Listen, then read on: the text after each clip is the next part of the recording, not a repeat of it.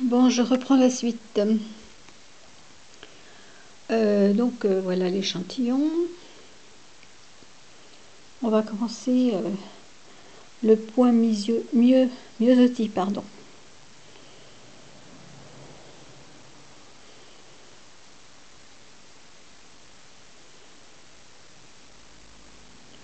Donc il va falloir faire le premier rang.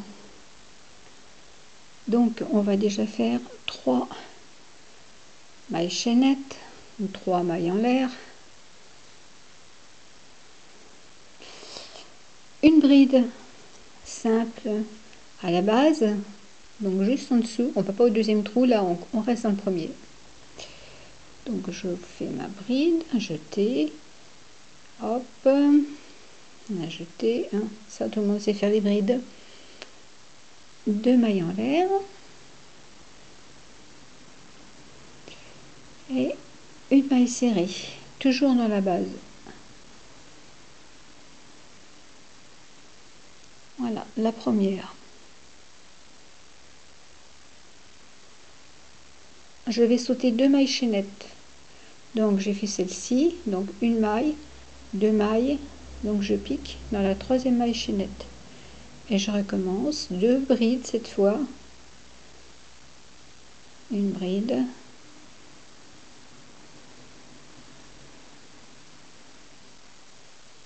deux brides, 2 mailles en l'air,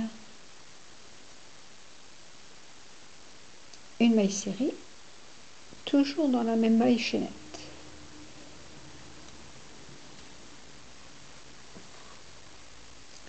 Je vais sauter 2 mailles, une maille, 2 mailles, la troisième, une bride, 2 brides. J'accélère parce que j'aurai pas assez de temps pour tout montrer. 2 mailles en l'air, une maille serrée. Je recommence, 1, 2, hop, une bride, 2 brides, 2 mailles en l'air, une maille serrée, toujours dans la même maille chaînette. 1, 2, je saute, je recommence, une bride, 2 brides, 2 mailles en l'air, une maille serrée, je saute, une bride, 2 brides, 2 mailles en l'air et une maille serrée,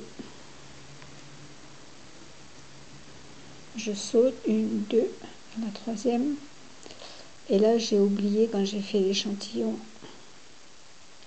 qu'il fallait faire un nombre de mailles qui correspond au point, c'est-à-dire un multiple de 3 plus 1. Donc ça ne va pas tomber juste pour l'échantillon. Bon, enfin, ça fait rien. On fera la maille en moins et puis c'est tout, puisque ce n'est qu'un échantillon. Alors, 1, 2, une maille serrée. Alors là, je ne fais pas la maille serrée, je vais faire la maille coulée.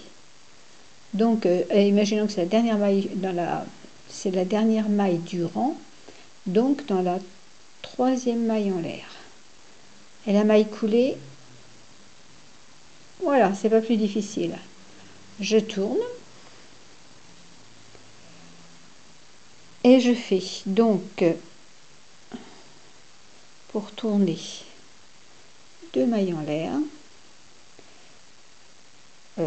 C'est 2 ou 3, non c'est 3 mailles. Et je vais faire dans le premier arceau, voilà, on voit les arceaux. Donc en dessous des mailles chaînettes, dans le trou, là, je vais piquer là à chaque fois, ici et ici. Donc quand je tourne, mes 3 premières mailles en l'air comptent pour la bride. Donc pour faire une coquille, il me faut 2 brides, donc j'ai mes 3 mailles en l'air, une, donc je fais une bride, 2 mailles en l'air, une maille serrée dans la coquille. Et je pars sur la coquille suivante. dans la coquille, une bride, 2 brides, 2 mailles en l'air, 2 mailles chaînettes, une maille serrée. Et je ressaute sur l'autre, une bride, oh pardon, j'ai lâché. Donc, une bride, 2 brides, 2 mailles en l'air, une maille serrée, une bride, 2 brides, 2 mailles en l'air,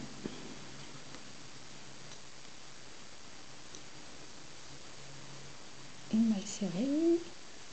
J'arrive bientôt au bout, une bride, 2 brides, 2 mailles en l'air, une maille serrée, une bride, 2 brides, une, 2 en l'air, non, une maille serrée. Pardon, j'ai encore lâché. La maille serrée. Et la dernière. Alors, une bride, 2 brides, 2 mailles en l'air. Et là, je fais une maille coulée dans la 3e maille chaînette du rang d'avant, du premier, enfin du rang précédent. Donc voilà, un jeté, je passe dans les 2 boucles, je tourne et je recommence.